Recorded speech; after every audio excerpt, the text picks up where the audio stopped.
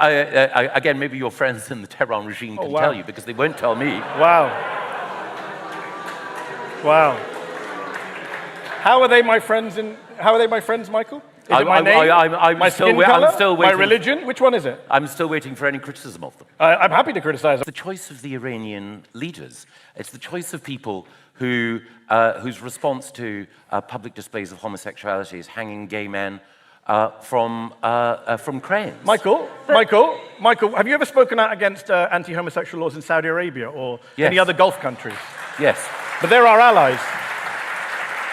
Why do you use this bogus argument? All right, guys, we are about to watch what happens when Mehdi Hasan backs Michael Gove into an absolute corner over Western foreign policy.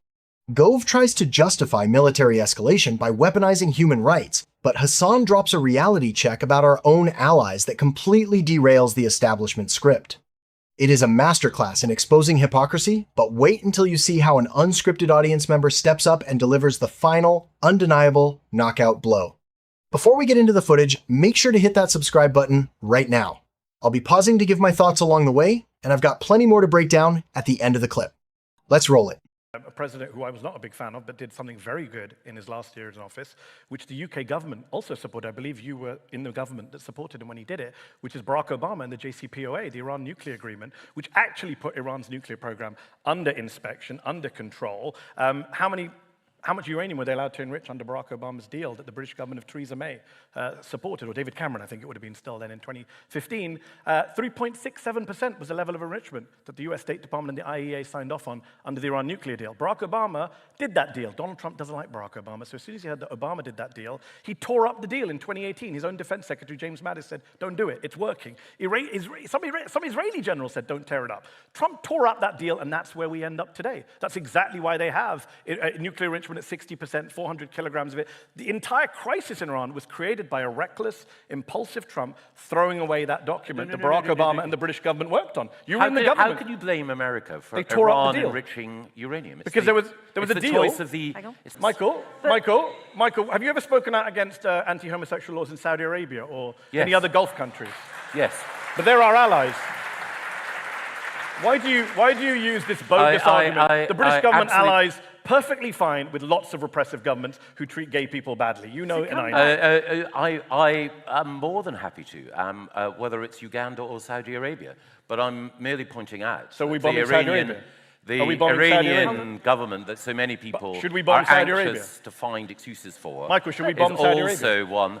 Can we come back? Should we bomb Saudi Arabia? It's a simple question. No, well, Saudi Arabia has not said that it's intent on wiping out another so you've nation. moved the goalpost. Just now you said it was about gay people. I said Saudi Arabia treats gay people badly. Now you've moved the goalpost. Pick one. I'm pointing out the nature of the Iranian regime that you seem so anxious, Mehdi, to defend. I've not said a word of defense of Iran. You defended the Saudi government's treatment. I didn't say a word about it. I haven't defended the Saudi government. They all heard you say move the goalpost. I want to come back to this question. I just find it instructive. Michael, so hang on. No, Ritterly, just made a draw your own conclusions. So hold on. William Hague, who was the leader of your party, the foreign secretary, wrote an article in the Times where you used to write, saying that this action will more likely lead to a bomb than anything else. Is he also an Iran stooge, Michael? So that's the specific point I wanted to put to you, Michael. Are we in a position where nuclear proliferation is more likely rather than less 100%. likely? No. That's just and flat why? wrong. Why would you say that? IAEA disagrees with you. Because action has been taken by Donald Trump to deal with a rogue regime run by ideological fanatics who wanted to eliminate. Where's the uranium, Michael? Who wanted to eliminate Israel. But you could, Mehdi, you could argue. Well, again, maybe your friends in the Tehran regime can tell you, because they won't tell me. Wow. Wow. How are they my friends? Michael? Is it my name? My skin color? My religion? Which one is it? I'm still waiting for any criticism of them. I'm happy to criticize them. I think Iran is a country with a horrible human rights abuse and shouldn't be developing nuclear weapons, which the US government, by the way, of Trump said they are not developing nuclear. So you lied to the audience at the podium when you said they were developing nuclear weapons. Tulsi Gabbard said in March they're not developing nuclear weapons. I guess she's also an Iran stooge. Trump is also an Iran stooge. I would point out to you, very important point. There were 274 monitors from the IAEA in Iran up until Trump struck Iran. They were looking at nuclear facilities every day. How many monitors are in there today? How many IAEA monitors in Iran today, Michael? Zero. None. Trump's made the world less safe. Believe. I don't know whether it's naivety or misdirection, but if you believe that IAEA monitors are the way to ensure that Iran is not going to develop a nuclear weapon, when you've already acknowledged that the rate at which uranium was being enriched was significantly higher over because he tore up the deal, the guy you loved. No. It's because of the intent of Iran.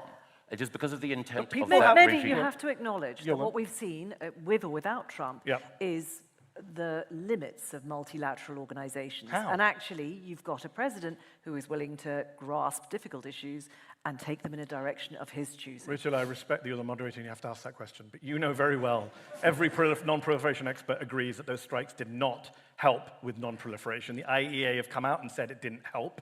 And by the way, the uranium, the uranium is missing. You mean the former Dutch Prime Minister who sends texts to Donald Trump in caps locks, sucking up to him like you do. Great, what a credible source you have there. Most nuclear experts look at the uranium missing and say, hold on, we had a deal where they were enriching at 3.67%, supported by David Cameron and Michael Gove, supported by Barack Obama. Trump tore it up. They started enriching more. Then we bombed them, so they hid the uranium. Given we bombed them, they're more likely to now want a nuclear weapon because they see North Korea, where Trump loves North Korea. They say, we want to be like North Korea. One more question. Trump loves North Korea. Do you love North Korea? One more question to you, Michael. Your friends in Pyongyang. Open it to the floor, which is, Michael, if this is a president who wants to end wars, why do you think he treats his allies so inconstantly, so unpredictably? And where does that leave? If you were in government now, how would you handle President Trump? Well, the first thing to say is, contrary to Mehdi's mischaracterization, when it comes to multilateral organizations that have kept the peace, I would prefer NATO over the IAEA any day. And the current Secretary General of NATO, I know that Mehdi might think that being Dutch Prime Minister is somehow a disabling he's factor. Not a non-proliferation expert, Michael, is my point. The IAEA chief is.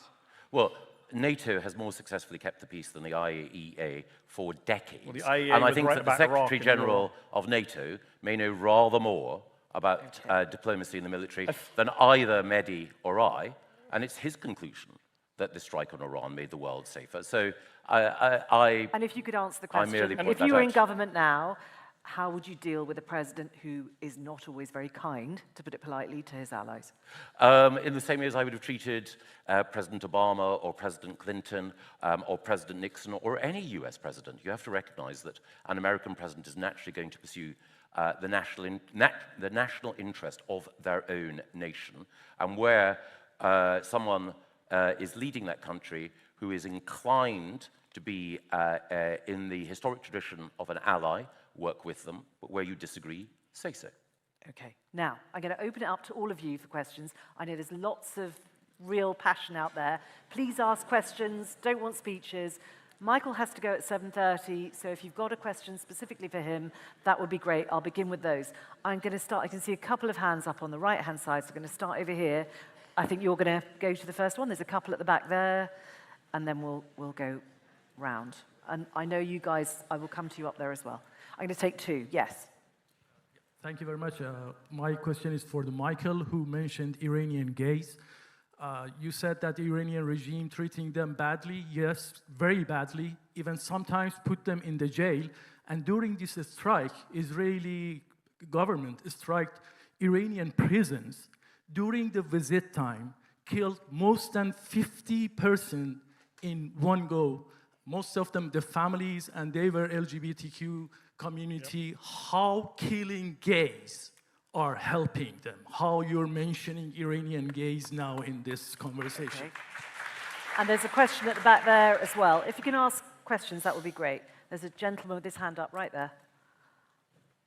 All right, let's track the trap that Gove walked right into. To justify escalating conflict with Iran, Gove weaponized human rights, pointing out their horrific treatment of the LGBTQ+ community. It's a standard talking point. Paint the target as uniquely evil to clear the moral runway for bombs. But look what happens when Mehdi Hasan calls him out on America and Britain's closest ally in the region, Saudi Arabia. Michael, have you ever spoken out against anti-homosexual laws in Saudi Arabia or any other Gulf countries? Yes. But they're our allies. Why do you use this bogus argument? There it is. But they're our allies. The establishment doesn't care about human rights. They care about market share. Repression is perfectly fine as long as the government doing the repressing buys Western weapons and trades in Western currencies. And just when Gove tried to pivot and shift the goalposts, an audience member delivered the definitive knockout blow.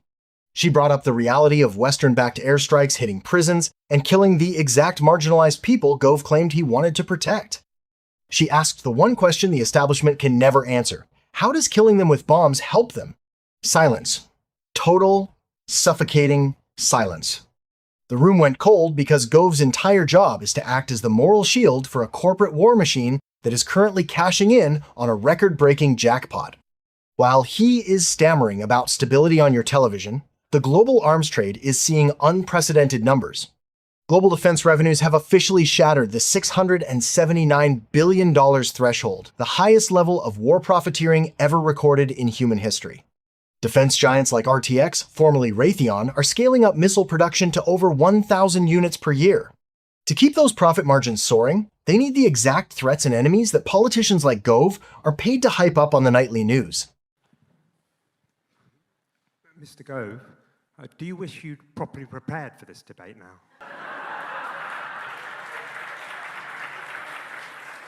Okay, I'm going to take one more. There's one over there on the right. Mr. Gove, did I understand you correctly? You said we're not to pass judgment about Mr. Trump based on his morals, but solely based on the outcome of his actions.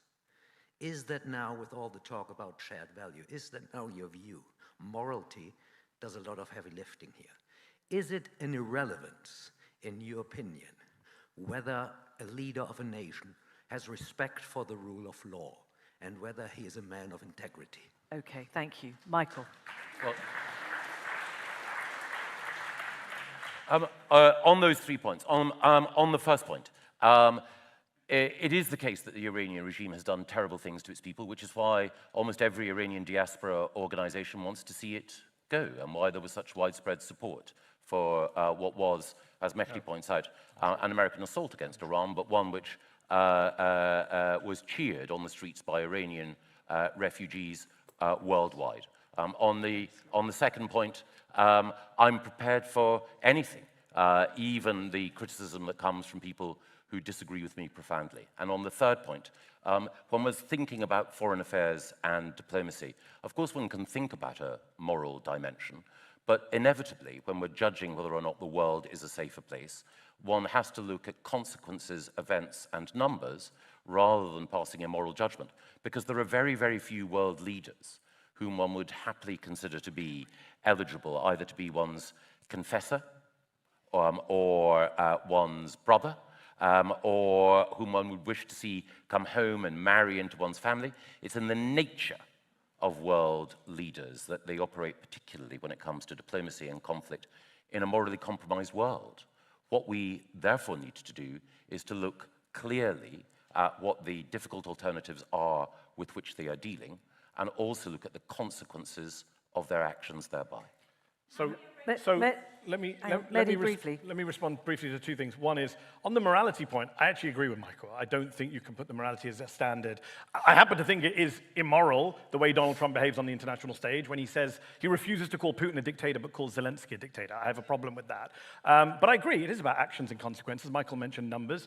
I agree, which is why I mentioned the numbers from Yemen, from Gaza, from Iran. I mean, the problem is, Michael likes to use Iran as a prop with which to beat his opponents, but he doesn't actually care about the Iranian people. He said the Iranian people were joyous about these attacks. Actually, the Iranian opposition movements were absolutely opposed to this. Narges Mohammadi, who won the Nobel Peace Prize, was in prison in Iran, came out and said no. Prominent Iranian dissidents said this is not the way we want to get freedom in our country, on the back of Israeli and American bombs, which killed multiple innocent Iranians. Residential apartment buildings blown up, car bombs going off. If you think that makes the world a safer place, then you really just don't value Iranian life. You don't value Palestinian life. Okay, wow. This is the ultimate takeaway. They use the language of liberation to hide the reality of liquidation. They are liquidating taxpayer money to fund forever wars, all while telling you there is no budget left for your infrastructure, your schools, or your healthcare. Gove's panic proves that the establishment is terrified of an informed public. They aren't used to people looking past the corporate media teleprompter. They are used to an audience that nods along to the script. But when you look at the actual data, the illusion of moral supremacy completely vanishes. The narrative of intimidation is dying because the public is finally holding the receipts. If you are done being fleeced by a system that views you as a data point to be tracked and a taxpayer to be exploited, hit that subscribe button. We don't ask for establishment access because we have the truth. Drop your thoughts in the comments below. Did Gove ever recover from this? This is Floor Leader Insider. I'll see you in the next one, guys. Take care and stay strong.